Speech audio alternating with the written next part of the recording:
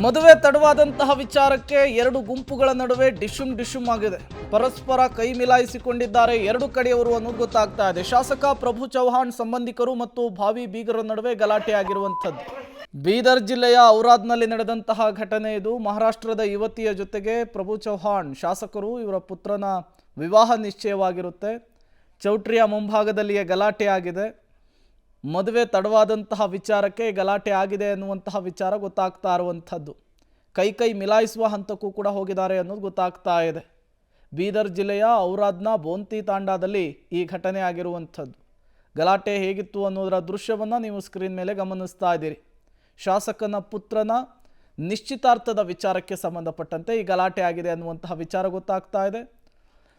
ಪ್ರಭು ಚೌಹಾಣ್ ಸಂಬಂಧಿಕರು ಮತ್ತು ಭಾವಿ ಬೀಗರ ನಡುವೆ ಈ ಗಲಾಟೆ ಆಗಿರುವಂತಹ ವಿಚಾರ ಗೊತ್ತಾಗ್ತಾ ಇದೆ.